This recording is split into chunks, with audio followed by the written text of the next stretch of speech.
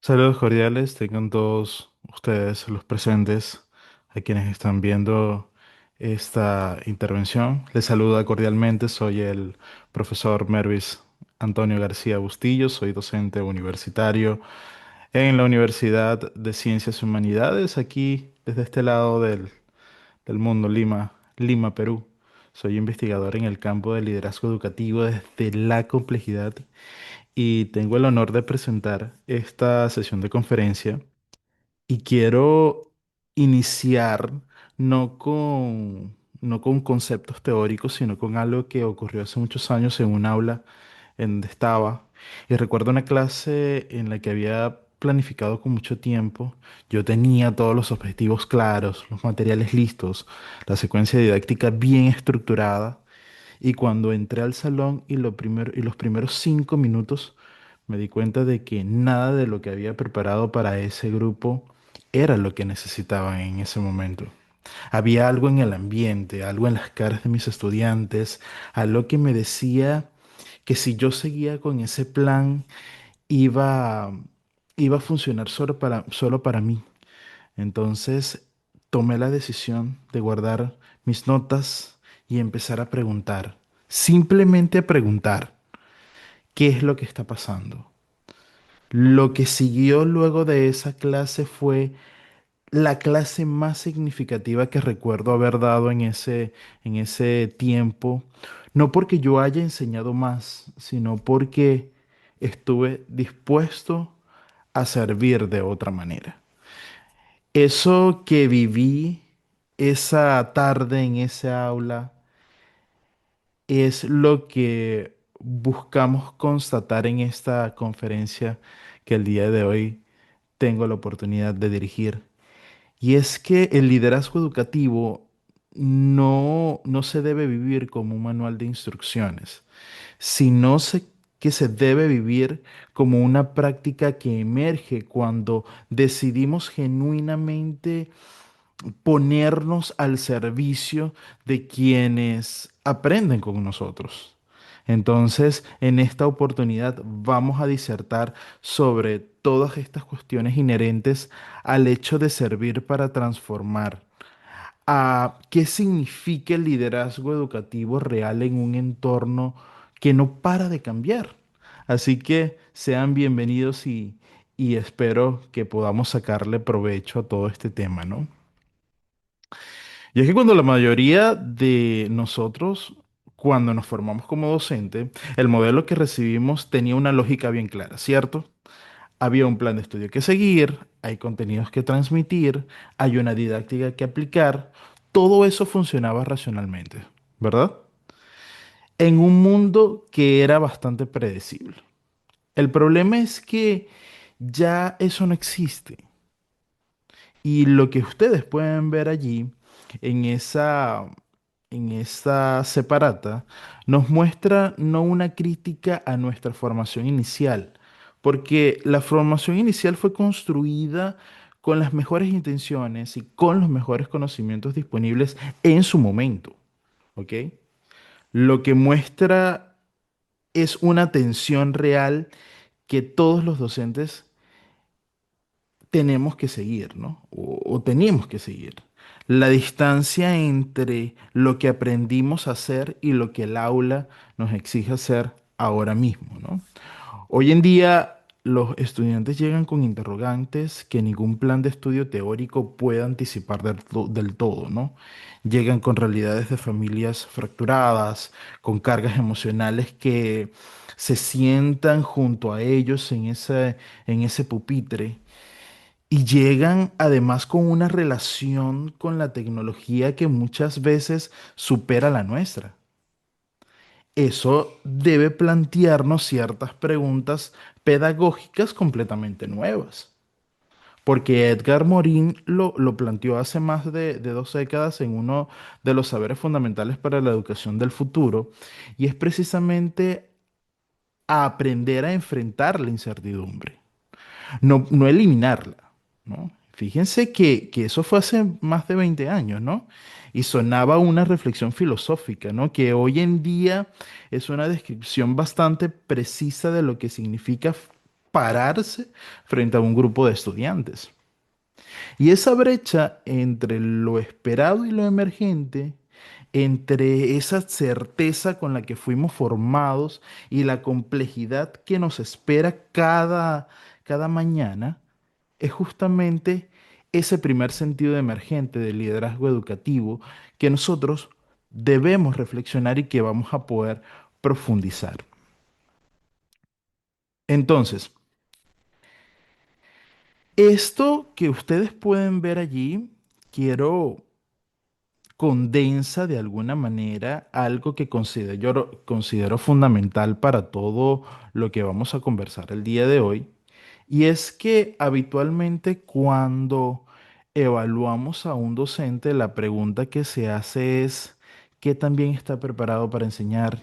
¿Qué tanto domina su disciplina? ¿Qué tan variadas son sus estrategias didácticas? Eso es lo único que nosotros preguntamos a primera, ¿no? Y ojo, estas preguntas son válidas, no las estoy descartando. El problema es que esa pregunta tiene un supuesto implícito bastante revelador, y es el hecho de suponer que enseñar es fundamentalmente un acto de transferencia, donde quien sabe pasa su conocimiento hacia alguien que no sabe, y que mientras mejor esté preparado, el que transfiere, mejor será ese resultado, ¿no? Pero ustedes ya en este punto en el que están, saben que eso no es exactamente lo que ocurre en el aula. Y la investigación pedagógica lleva décadas documentando el porqué. Sean, en su trabajo sobre lo que es ser un profesional reflexivo, demostró que los profesionales más competentes no son quienes aplican las fórmulas más correctas, las que las apliquen con mayor precisión, sino aquel que tiene la capacidad de reflexionar mientras actúan, de aquellos que son capaces de leer lo que está ocurriendo en tiempo real, de ajustar su práctica en función a esa lectura que le están dando a las cosas. Y eso es genuinamente lo que significa enseñar, que no está alineado a ejecutar un plan cerrado como si fuera una camisa de fuerza, sino que al contrario, ¿no? La idea es dialogar permanentemente con una situación que cambia y que por supuesto el docente tiene que cambiar junto con ella, ¿no? Por eso la pregunta correcta no es cuánto sabemos, sino qué tan dispuestos estamos a transformar por el propio acto de enseñar.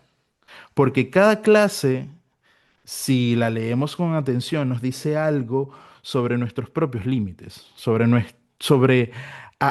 lo que no habíamos considerado, sobre esos estudiantes que no estábamos viendo en nuestras sesiones de clase. Y esa disposición a dejarse interpelar por la experiencia es lo que distingue a un docente que simplemente cumple su función de uno que ejerce liderazgo pedagógico genuino, ¿no? Entonces, la idea es que nosotros podamos comprender esa idea, ¿no? Y ahí esto lo, lo conectamos genuinamente porque el propósito de la docencia ya no es transmitir certezas, sino la idea es navegar la incertidumbre. No porque las certezas ya no existan en este mundo en el que estamos, ¿no? Sino porque el mundo que nuestros estudiantes van a habitar exige de ellos la capacidad para poder pensar en condiciones donde las respuestas no siempre están dadas de antemano. Y si nosotros como docentes hoy en día no somos capaces de navegar en esa incertidumbre, difícilmente nosotros vamos a poder enseñarle. Entonces es algo contradictorio, ¿no? Por eso es que nosotros debemos dejar bien claro la diferencia entre dos formas de entender la docencia. Y lo he tomado para el recuerdo en esta conferencia porque no se trata simplemente de dos estilos pedagógicos distintos, sino de dos concepciones completamente diferentes sobre cómo nos posicionamos ante el conocimiento y cuál es el papel del docente frente a él. Porque el paradigma tradicional, ¿qué es lo que hace? Transmitir respuestas prefabricadas. ¿Y por qué lo hace? Porque fue construido sobre la premisa de que el conocimiento es un cuerpo estable de verdades que el experto debe transmitir y que el estudiante debe recibir. Por supuesto que esa lógica tiene sentido en un mundo donde las cosas cambian lentamente y donde las respuestas a esos fenómenos pueden durar generaciones, ¿no? El problema es que ya ese mundo no lo tenemos, el mundo ha cambiado rotundamente. Ya eso no es lo que realmente pasa hoy en día. Hoy en día el conocimiento se va actualizando, se contradice, se complejiza a una velocidad que ningún manual puede registrarlo abiertamente y en tiempo récord, ¿no? Por eso es que cuando nos limitamos solamente a repetir respuestas prefabricadas, ahí estamos cerrando la posibilidad de llevar al niño a que piense fuera de lo que ya se les fue dado, ¿no? Entonces, frente a todo eso, surge el paradigma emergente donde se propone algo algo diferente y algo más exigente al mismo tiempo, porque proponemos enseñar a enfrentar y procesar la incertidumbre, no eliminarla, porque la incertidumbre, como ya lo había expresado, es la condición natural del pensamiento crítico, porque propone navegar lo incierto sin fragmentarlo, porque ya los problemas que vivimos en la realidad ya ya no van a ser parcelas ajenas a nuestras áreas de saber. Y si un docente que solo enseña su parcela de conocimiento o su área de conocimiento sin conectarla al contexto y al mundo amplio, ahí seguimos trabajando desde la fragmentación. Entonces, la idea es que propongamos preguntas complejas para el estudiante, que conectemos ese saber con los conocimientos del día, porque de esa manera se construye un conocimiento contextualizado. Entonces, la idea es que nosotros nos hagamos preguntas sobre cuán bien estamos preparados para enseñar y cuán dispuestos nosotros estamos a ser transformados a la hora de enseñar.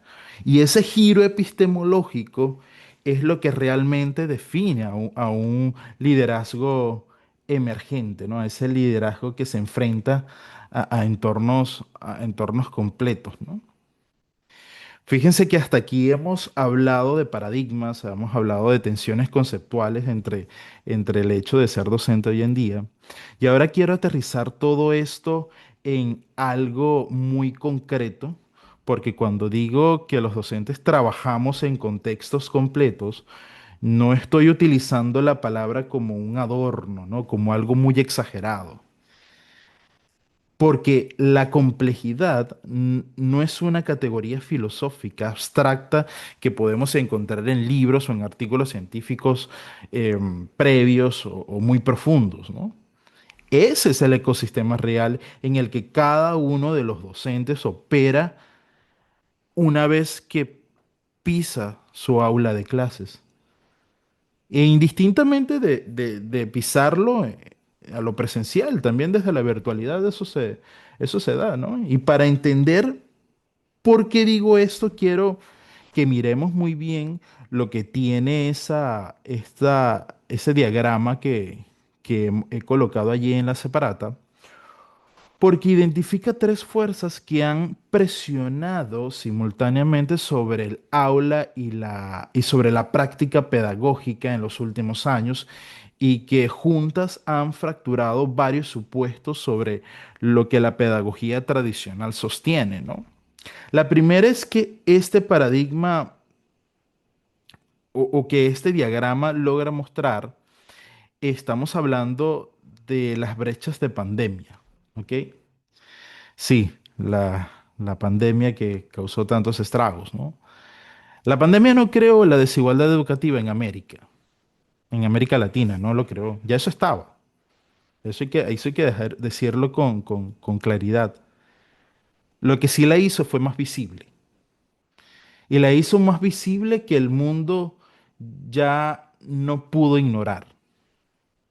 Porque cuando los sistemas educativos migraron a la virtualidad en ese contexto de pandemia, quedó en evidencia que una parte significativa de los estudiantes no tenían dispositivos, no tenían conectividad estable, no tenían esas condiciones en el hogar para poder aprender.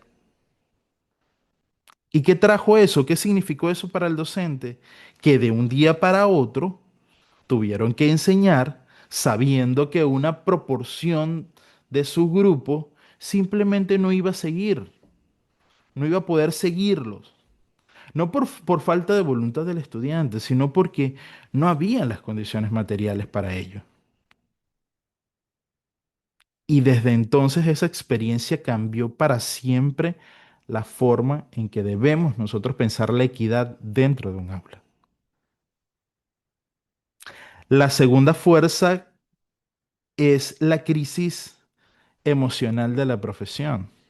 Y aquí quiero ser muy directo, porque este es un tema que con frecuencia se evita en los espacios académicos formales. Y sí, es una realidad que debemos nosotros visibilizar. Los docentes hemos acumulado durante años una sobrecarga institucional que el sistema ha normalizado. Más exigencias administrativas, más responsabilidades, más, más responsabilidades sin recursos. Entonces, más presión por los resultados en condiciones que muchas veces no, el mismo contexto no lo permite, ¿no? Y ahí está el informe TALIS del 2024 que confirmó lo que muchos de ustedes sienten en el día a día, lo que muchos de los docentes sienten, ¿no? Y es que más del 50% del profesorado reporta niveles insostenibles de estrés. Y el problema, y el problema con esto no es que los docentes no sean resilientes, sino porque se ha construido una narrativa que les pide sostener la educación del país con mera vocación, como si la vocación fuera un sustituto de las condiciones reales y laborales dignas, ¿no? Entonces, eso tiene un costo real sobre la práctica pedagógica que debemos nosotros visibilizar, porque un docente agotado no puede dar lo mejor de sí al mismo tiempo, por muy comprometido que él puede estar. Y la tercera fuerza que quiero destacar es la irrupción tecnológica, sobre todo la inteligencia artificial en esta era digital en la que nos encontramos, que está evolucionando a una velocidad que ningún sistema de formación docente ha podido seguir todavía. No se trata de aprender nuevas herramientas digitales. Se trata de que la inteligencia artificial está cambiando las preguntas fundamentales de la educación. Sí, el hecho de pensar si una máquina puede responder cualquier pregunta factual en segundos. Entonces, ¿qué es entonces lo que el docente debe enseñar? Porque si ya la máquina lo hace, ¿qué es lo que nosotros como docentes tenemos que enseñar? Entonces, la respuesta a esa pregunta no está en ningún manual todavía. Y eso significa que los docentes estamos siendo llamados a construirla mientras la vivimos. Y fíjense, hasta este punto vemos cómo esas tres fuerzas no operan por separado. Ellas convergen simultáneamente dentro de nuestra aula. Y eso es precisamente lo que hace complejo al contexto en el que nosotros como docentes trabajamos. Por eso es que la invitación es a mirar esa complejidad no para paralizarnos, sino para actuar con mayor conciencia sobre ella. Y es que si ustedes lo ven acá, una de las brechas es esta que mostramos aquí en las estadísticas, porque es lo que muestra lo que ocurrió en nuestros sistemas educativos y que tiene consecuencias directas sobre lo que los docentes enfrentan hoy en día en el aula. Y miren que lo primero que resalta es que el 79% de países en América Latina y el Caribe reconoció que durante la pandemia educativa, la situación educativa no llegó en su totalidad a los estudiantes. Y ese dato viene de una encuesta conjunta realizada por la UNESCO, por UNICEF, por el Banco Mundial. Fueron varias organizaciones que se pusieron de acuerdo para ello. Y es importante entender qué significa esa gráfica, ese dato en términos concretos. No significa que los sistemas educativos no intentaron responder, porque la mayoría lo hizo con los recursos que tenía. La mayoría de los países lo hizo con los recursos que tuvieron. Lo que significa es que cuando se exigió que la educación migrara completamente a la virtualidad, quedó al descubierto que la conectividad, los dispositivos y que esas condiciones domésticas no estaban distribuidas de manera equitativa, como ya lo decía en la parte anterior, ¿no? Entonces, se volvió imposible de ignorar esa realidad cuando el aula presencial desapareció. Eso ya estaba antes. Entonces, cuando pasamos a la virtualidad, se mostró, ¿no? a grandes rasgos, ¿no? Ese hecho, ¿no? El segundo dato es aún más específico y considero más perturbador dentro de todo, y es que el 17% de los países de la región, al menos uno de cuatro estudiantes quedó completamente excluido del proceso educativo durante ese periodo. No, no tuvo clases ese grupo de estudiantes. No tuvieron contacto con su docente. No tuvieron continuidad pedagógica de ningún tipo. Entonces, hubo una generación de estudiantes que llegó al aula post pandemia con brechas de aprendizaje reales y acumuladas. Y esas brechas no desaparecieron cuando reabrieron los colegios. Fíjense que no. Porque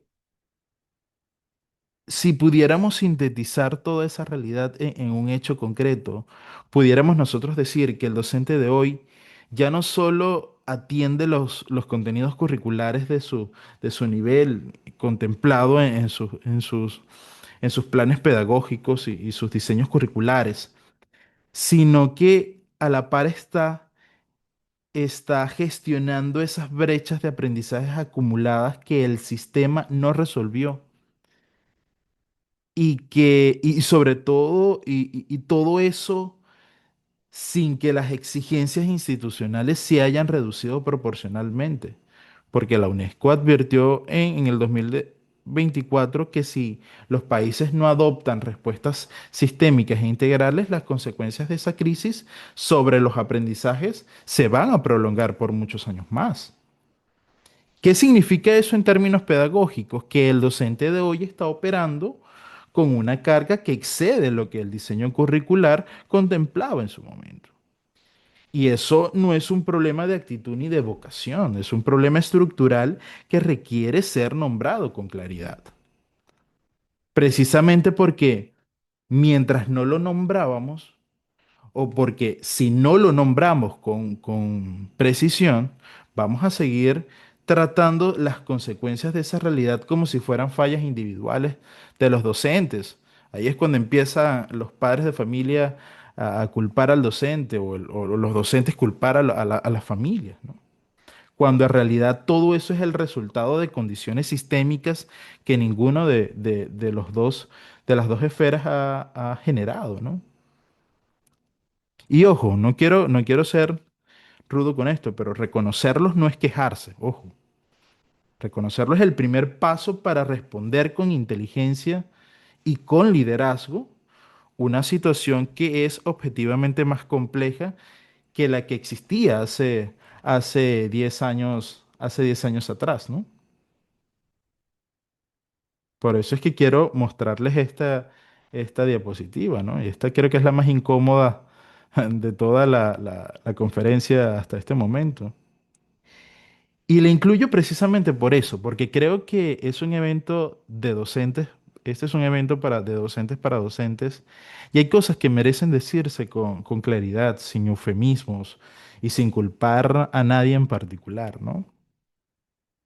Este diagrama que ustedes ven allí utiliza la imagen de un iceberg y lo he puesto por una razón muy precisa. Porque lo que está sobre, ¿qué pasa con el iceberg? Siempre se ve lo que está en la superficie, no lo que está en el fondo, ¿no? Entonces, lo que está en la superficie, lo que el sistema educativo muestra y celebra públicamente, es la narrativa visible de la docencia. Sí, ¿no?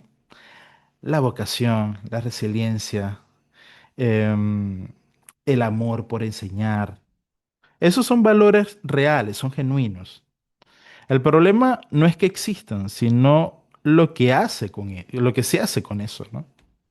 Porque lo que está debajo de la superficie es lo que raramente el sistema nombra a voz alta.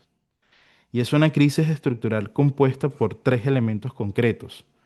La sobrecarga de tareas, ya lo habíamos mencionado en la parte anterior, donde los docentes tienen que gestionar simultáneamente la clase que van a dar, la evaluación que deben aplicar, la atención emocional de los estudiantes, comunicarse con los padres de familia, los reportes que hay que darle a la institución y una lista creciente de responsabilidades que ningún contrato laboral creo que logra captar o contemplar en su totalidad, ¿no?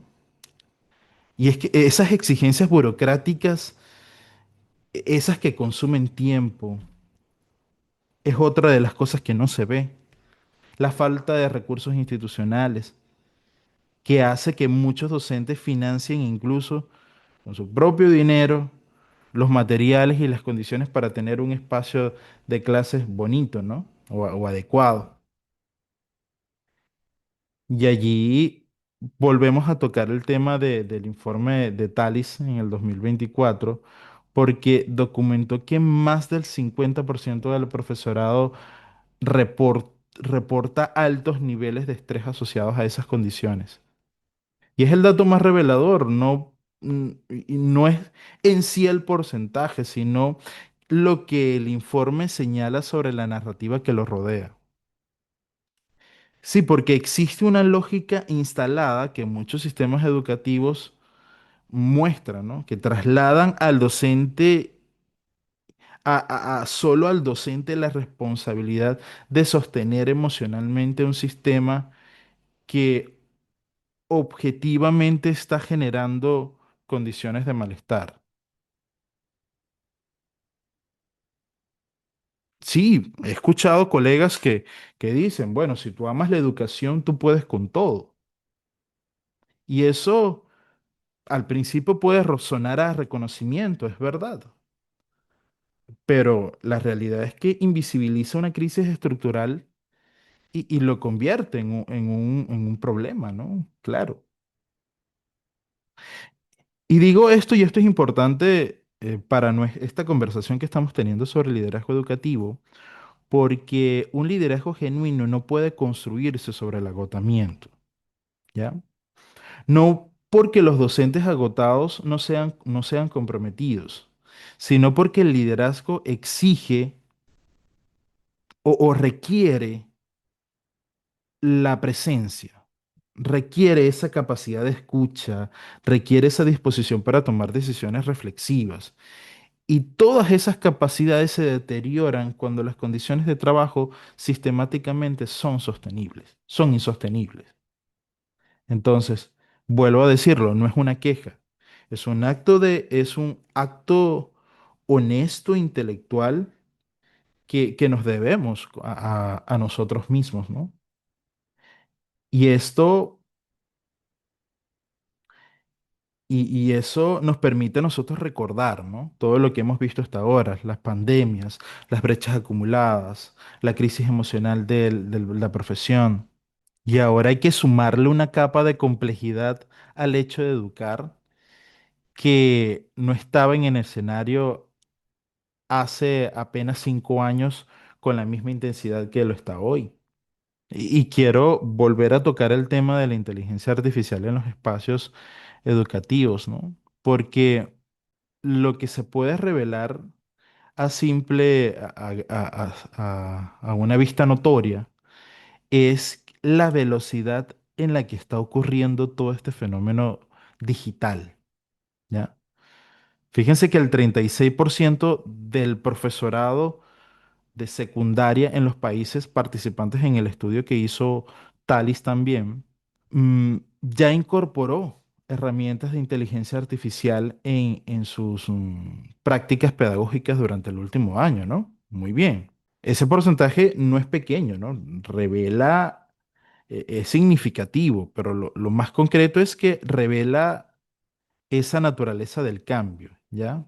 Entonces, estamos hablando de algo que ya está ocurriendo dentro del aula, independientemente de si los sistemas educativos están preparados para ellos o no. Y precisamente, ¿por qué está ocurriendo sin que los marcos normativos hayan podido seguirle el ritmo, ¿no? Eso es lo que nosotros debemos concretar. Y es que la UNESCO publicó en el 2024 marcos de competencias específicos de inteligencia artificial, tanto para docentes como para estudiantes. ¿Y por qué fue necesario hacerlo? Porque la inteligencia artificial no es una herramienta neutral.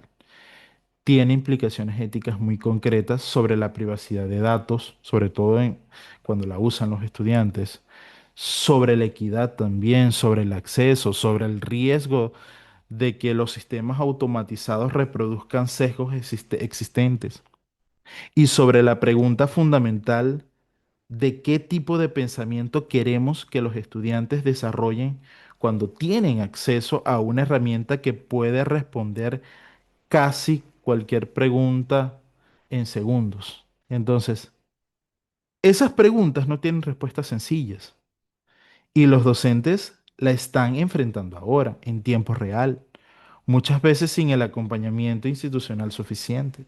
Esto nos lleva al tercer elemento de esta secuencia y es quizás el más revelador de todos. Todo esto, ¿no? Lo que ya les he conversado, ¿no? La inteligencia artificial, las brechas pospandemia, las exigencias burocráticas crecientes. Todo esto lleva o todo esto llega sobre un sistema que ya estaba saturado. Y en ese contexto la UNESCO y la organización Teachers Task Force en el 2025, no hace mucho, publicó un informe global sobre docentes con un dato que merece leerse con mucha atención. Y es que para el año 2030 se necesitarán 44 millones de docentes adicionales en educación primaria. Y no solamente en primaria, en secundaria también, ¿no? Para alcanzar las metas educativas globales. Y ese número no es solo un problema de cobertura cuantitativa. Estamos hablando de un diagnóstico sobre el estado de la profesión. Si los sistemas educativos necesitan millones de docentes más y al mismo tiempo no logra retener a los que ya tiene, la pregunta que hay que hacerse no es cómo reclutar a más personas, sino por qué las condiciones actuales no están siendo suficientes para sostener a quienes ya eligieron ser maestros. Y la respuesta a esa pregunta nos lleva directamente a todo lo que hasta ahora hemos conversado en esta conferencia, ¿no? Entonces, todo esto que les he comentado hasta este momento, mm, lo he hecho con datos y con argumentos, precisamente porque no quería que esta conferencia transitara proponiendo soluciones antes de poder entender el problema en el que está el sistema educativo actual, ¿no?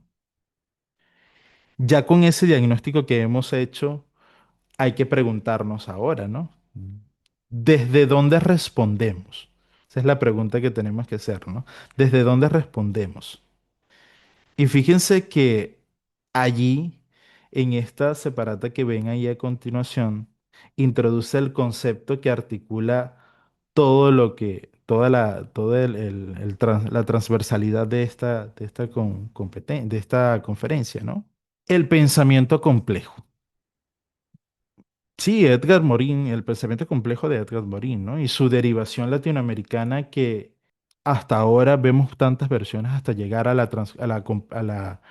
a la transcomplejidad inclusive, ¿no? Y quiero explicarle esto en términos prácticos, ¿no? Porque con frecuencia estos conceptos suenan abstractos cuando en realidad describen algo muy concreto que ocurre en el aula todos los días, ¿no? Y el pensamiento complejo parte de una premisa fundamental, ¿ya? La realidad no puede entenderse si la fragmentamos, ¿ya? Los problemas reales no vienen divididos en disciplinas ni en categorías ordenadas. Un estudiante que no aprende no tiene un problema exclusivamente cognitivo, ni exclusivamente emocional, ni exclusivamente social, señores. Tiene una situación que atraviesa todas las dimensiones simultáneamente. Y un docente que solo mira una de ellas está viendo una parte muy pequeña de lo que realmente está ocurriendo. Porque el primer principio que propone y que vemos allí en esa separata es la multidimensionalidad, que significa reconocer que el estudiante que tenemos frente a nosotros llega atravesando situaciones familiares, emocionales, pedagógicas, que no podemos ignorar y que si los ignoramos va a haber consecuencias pedagógicas reales. Y ojo, no porque el docente deba resolver estos problemas, sino porque necesita necesita visibilizarlos para poder enseñar con pertinencia. El segundo principio es la incertidumbre. Y aquí quiero ser muy específico sobre lo que significa actuar con criterio ético en situaciones para las cuales no existe un manual estándar. En la práctica docente eso ocurre constantemente. Ocurre cuando un estudiante de pronto revela algo en clase que no estaba en el plan de la sesión. Ocurre de pronto en una dinámica grupal cuando se rompe de alguna manera sin ningún tipo de protocolo institucional que lo haya anticipado. Ocurre de pronto cuando entra una nueva tecnología al aula y nadie sabe cómo regularla. En todos esos momentos, el docente no puede pausar la situación para buscar el procedimiento correcto, el reglamento correcto para hacerlo. No, tiene que actuar. Y la calidad de esa acción depende del criterio ético que haya desarrollado durante toda su trayectoria. Ese criterio se construye desde la práctica reflexiva, desde esa práctica sostenida en la medida en que avanza el tiempo, ¿ya? Y otro de de los principios es la aceptación de la contradicción. Y este es el más difícil de ignorar porque va en contra de lo que la formación tradicional nos ha enseñado a valorar.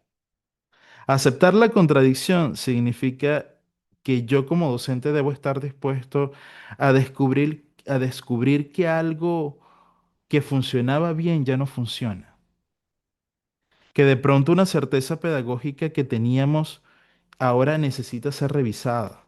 Y esa disposición a desaprender nos invita a nosotros a ajustar, a escuchar y a replantear las propias certezas que teníamos. Y es exactamente esa la condición la que hace posible que el liderazgo funcione en contextos de complejidad. Porque un docente que no puede revisar sus propias certezas, tampoco puede acompañar a sus estudiantes en la construcción de las suyas. Entonces, esto se traduce en una práctica concreta que cualquier docente debe incorporar en su trabajo cotidiano, independientemente del nivel en el que enseña o del área de saber que él está haciendo. Porque esa práctica se llama reflexión crítica. Y aquí lo vamos a ver a continuación. Quiero que noten que como está allí planteado, no está planteado como como un ciclo, no está en línea recta. Y eso es una declaración epistemológica, ¿ya? Porque la práctica reflexiva no tiene un punto de llegada definitivo, donde el docente puede decir que ya terminó de reflexionar y que ya no necesita seguir haciéndolo. No, eso es un proceso continuo, porque la realidad del aula también es continua, también es cambiante, partimos de esa idea. Y el ciclo comienza con la acción pedagógica, que es la intervención inicial en el aula. El docente planifica, prepara, ejecuta. Hasta aquí, todo lo que el paradigma tradicional considera suficiente. Pero aparece un segundo momento, que es la fricción y la incertidumbre, es decir, la aparición de algo inesperado que rompe el diseño instruccional. Y aquí hay el punto crítico, está el punto crítico, ¿no? La mayoría de los ecosistemas de evaluación docente tratan ese momento de fricción como un problema, como algo que salió mal en el proceso. Por eso es que la práctica reflexiva lo trata como una información. Oye, ¿qué está pasando aquí? Vamos a leer con atención qué es lo que está pasando en lugar de atacar ese incendio y volver al plan original. ¿Ok? Eso es lo que debemos evitar. Por eso es que el tercer momento dentro de toda esta práctica reflexiva es la interrogación crítica. Y, y ahí es cuando el docente se pregunta, ¿no? ¿Qué efecto real tuvo mi decisión sobre los estudiantes? No es preguntarse, oye, hoy no cumplí el objetivo de la sesión, no terminé el tema, sino qué pasó realmente con quienes aprendían. Esa pregunta exige honestidad, porque su respuesta a veces revela que lo que funcionó bien desde un punto de vista no funcionó igual desde el punto de vista del estudiante, por ejemplo. Entonces, esa brecha entre la intención pedagógica y el efecto real es exactamente donde el aprendizaje profesional ocurre. Y el cuarto momento es la modificación del hábito, que es cuando yo cuestiono la certeza y ajusto mi práctica. No necesariamente cambiarlo todo, ¿no? Implica tener la disposición de cambiar lo que la interrogación crítica anterior, lo que les mostraba, reveló, ¿ya? Y así todo vuelve a empezar. Y fíjense esa frase que está allí bien marcada, ¿no? Reflexionar no es evaluar si una clase salió bien. Y esa es una postura epistemológica constante de interrogación y adaptación. Lo que significa en la práctica es que esa reflexión crítica no es una actividad que ocurre después de la clase en un formato institucional. Es una forma que el docente debería llevar consigo dentro del aula de clase que le permita ver qué es lo que está ocurriendo en tiempo real y tomar decisiones informadas sobre la marcha. Y esa es la capacidad que distingue a un docente que ejecuta o que tiene un liderazgo pedagógico genuino, ¿no? En este sentido, ¿no? Por eso es que en este punto ustedes pueden ver allí cómo la presencia y quiero en este punto compartir algo que aprendí en el aula y que se describe con mucha precisión allí, y es que exige un currículum que ninguna institución redacta, que no aparece en ningún plan, y que sin embargo todos los docentes con experiencia conocen muy bien. Y es el currículum de lo inesperado, ¿no? Ese currículum oculto. Todos esos momentos que ocurren dentro del aula y que no estaban dentro de la planificación, pero que definen muchas veces más que la clase misma que hemos preparado, ¿no? Y definen sobre todo qué tipo de docente qué tipo de docente voy a ser, ¿no? ¿Qué tipo de docente quiero yo formar? Entonces, bajo esa premisa, trabajamos ese hecho, ¿no?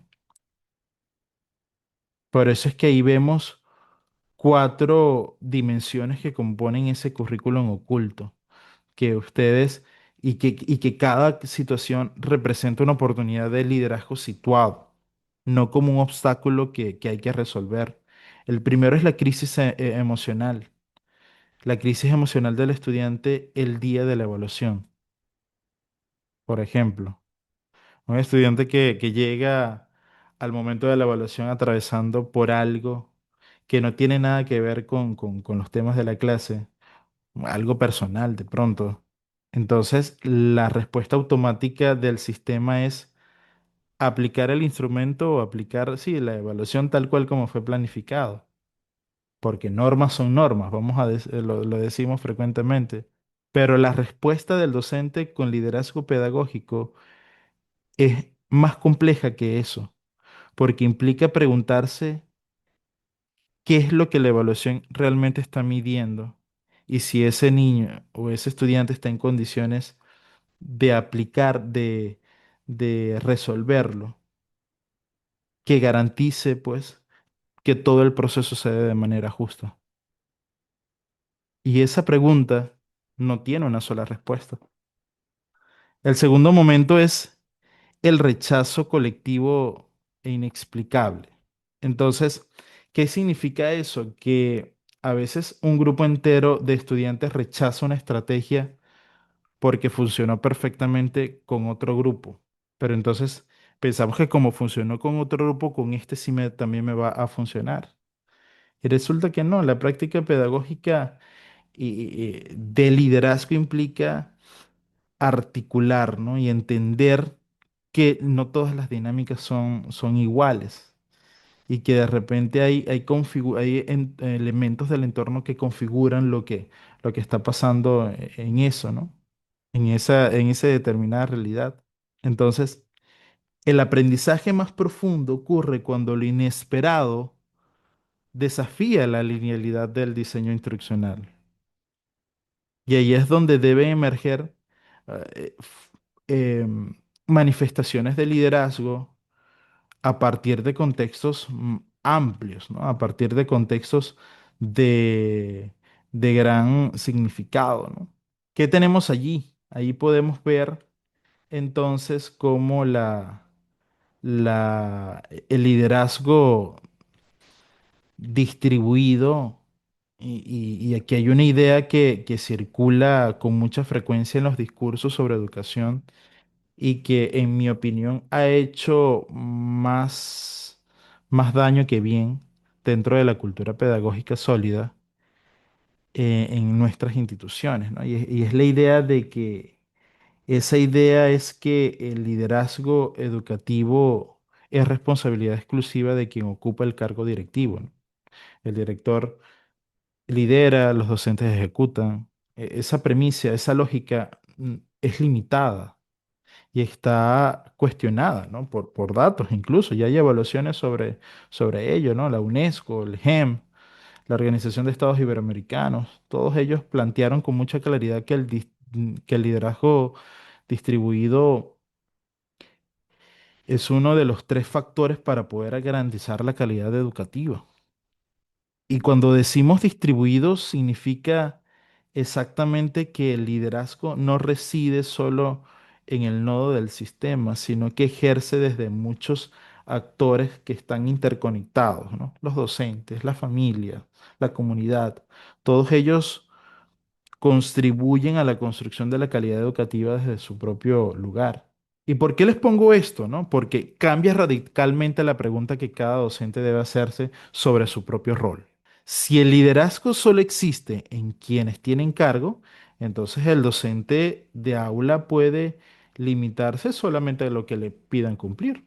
Pero si el liderazgo es distribuido, entonces cada decisión pedagógica que el docente esté tomando en el aula responde de alguna manera a lo que el estudiante necesita, a lo que la institución necesita. Entonces, todo eso en sí mismo es un acto de liderazgo que está distribuido fervientemente, ¿no? Otro de los elementos que vemos allí es el motor de la acción del liderazgo genuino, porque si se dan cuenta no proviene de la autoridad, sino de esa interacción que hace crecer al estudiante. Esto es importante porque la autoridad jerárquica puede ordenar comportamientos, pero no puede generar compromisos pedagógicos. Un docente que enseña porque le ordenaron hacerlo, y otro docente que enseña porque tiene una convicción profunda de lo que hace, puede ver diferencias claras, ¿no? Y eso es importante que nosotros lo podamos manifestar, ¿ya? Y fíjense que aquí en este punto en el que ya nos encontramos, ya casi al final de esto, quiero hacer un recuento, ¿no?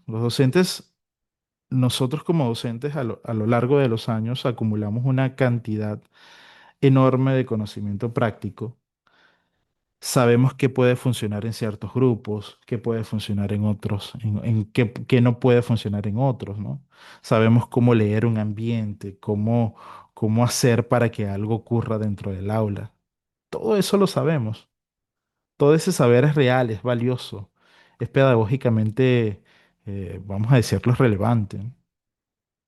El problema es que la mayoría de las veces ese conocimiento se queda atrapado en la experiencia individual y nunca se convierte en un conocimiento transferible para otros docentes o para el sistema educativo.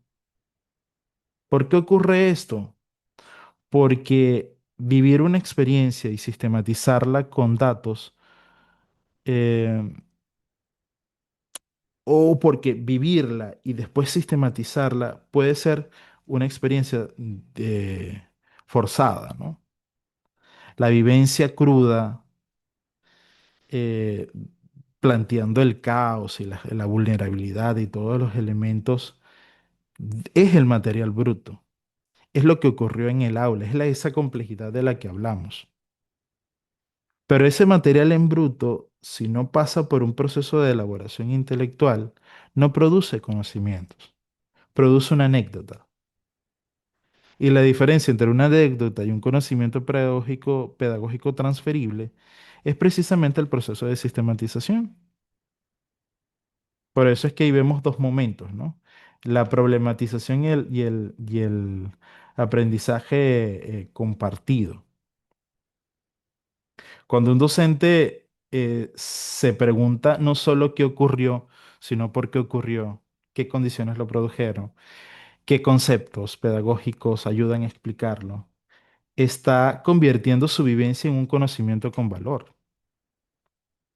Y el otro es compartirlo, ¿no? Y eso es exactamente lo que este congreso ha hecho, ¿no?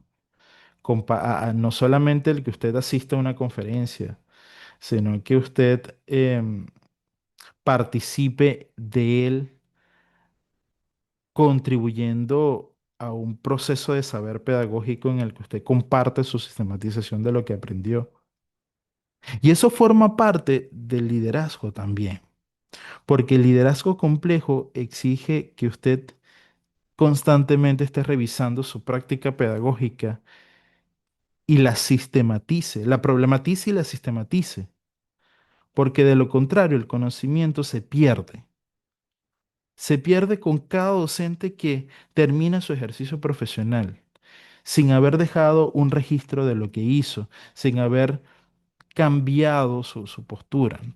En estas últimas frases vemos que servir en el sentido genuino de la palabra no es un acto neutral, implica ponerse frente a otro ser humano con toda la incertidumbre que eso conlleva, mm, y poder trabajar con él. Implica que yo pueda tomar decisiones que afecten la vida de personas reales, de personas que tienen información incompleta y que aún así tenemos que lidiar con eso. Eso es lo que sostiene esta premisa. Por eso es que esa sostenibilidad de la práctica pedagógica, esa sostenibilidad del liderazgo educativo, depende de quienes de que quienes realmente enseñan también sean cuidados como personas, no como recursos humanos que llegan, que hay que mantenerlos operativos, sino como seres humanos cuyo bienestar tiene valor y que de él depende, ¿no? Ya en esta última parte, pues podemos ver cómo se transforma la gestión del liderazgo, porque hay que hacer una reflexión sobre qué significa em, liderar la transformación desde el aula, ¿ya? Y ahí podemos ver tres elementos importantes. Y el primero es la claridad intelectual,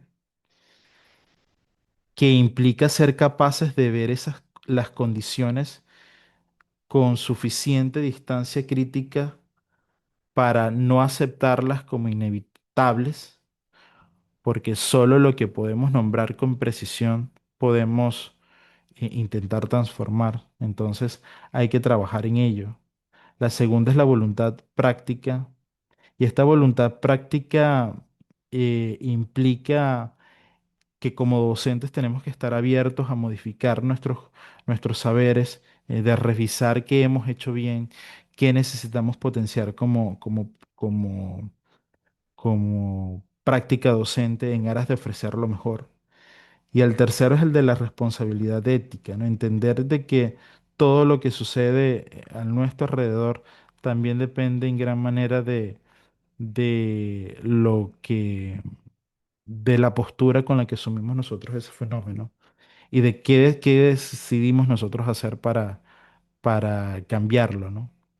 En aras de poder llevar un proceso más orientado a a la transformación y a y a la data real. Quiero llegar a cerrar esto con estos datos que reclaman la responsabilidad colectiva, y es que esta diapositiva nos retoma las dos condiciones que conversamos en la parte anterior. Primero, servir para transformar implica una claridad intelectual para leer la información del entorno sin, sin quejarnos, sino más bien con el compromiso de poder transformar nuestra práctica a partir de lo que somos, a partir de ese análisis constante y de una gerencia efectiva, ¿ya? Requiere que nosotros miremos nuestros entornos desde una postura de liderazgo en donde cada uno de nosotros debe actuar con ética, con responsabilidad y con resiliencia, ¿no? En aras de poder transformar ese espacio en el que estamos, ¿ya? Y hemos llegado al final de esta conferencia y quiero cerrarla con una pregunta, porque si algo ha puesto esta conferencia desde el principio, es que las preguntas bien formuladas valen más que mil respuestas apresuradas. Y la pregunta concreta es la que ustedes ven allí, ¿no? ¿Es es lo que me pide el sistema lo que verdaderamente necesitan mis estudiantes? Y quiero que se detengan un momento en ella, porque es una pregunta bastante incómoda y es importante entenderla porque incomoda, ¿no? Incomoda porque pone en tensión dos lealtades que todo docente carga simultáneamente, ¿no? La lealtad hacia las instituciones que lo contrata, que tiene normas, formatos y burocracia, y la lealtad hacia los estudiantes que tiene frente a él, que tiene necesidades que lo llevan a responder eso. No estoy proponiendo que los docentes ignoren las normas institucionales, ni que actúen en permanente, vamos a llamarlo, rebeldía contra el sistema. Eso sería irresponsable y también pedagógicamente ineficaz. Lo que estoy proponiendo es algo más sutil y más exigente al mismo tiempo, que el docente tenga la claridad intelectual y la honestidad ética suficiente para formularse esa pregunta con regularidad. Porque es precisamente esa tensión entre lo que el sistema pide y lo que los estudiantes necesitan, donde el liderazgo se construye. Un docente que nunca hace esa pregunta está ejecutando acciones. Y un docente que la hace y actúa como consecuencia dentro de su espacio está ejerciendo el liderazgo. Entonces, eh, hay que formularnos preguntas con honestidad, sostenerlo de manera ética. Y eso es el acto más genuino de servir para transformar. No porque garantice resultados perfectos, sino porque resuelve de golpe las condiciones y que represente el acto que distingue a un docente que simplemente ocupa un rol y uno que convierte ese rol en un ejercicio de liderazgo.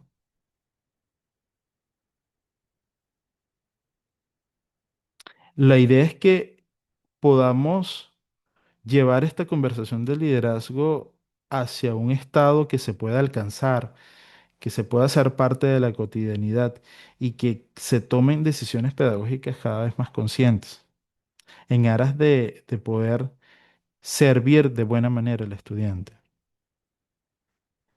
Con eso, pues quiero agradecer al Centro de Formación e Investigación, Padre Joaquín, a la organización de este Congreso Internacional de Experiencias Educativas y especialmente a cada uno de ustedes por haber dedicado su tiempo y su atención en esta reflexión. Ser docente en América Latina hoy es uno de los actos más complejos, más exigentes y más necesarios que existen. Espero que lo conversado hoy les sea útil, no para tener más respuestas, sino para hacer mejores preguntas. Así que muchísimas gracias y espero que se encuentren bien desde donde quiera que estén.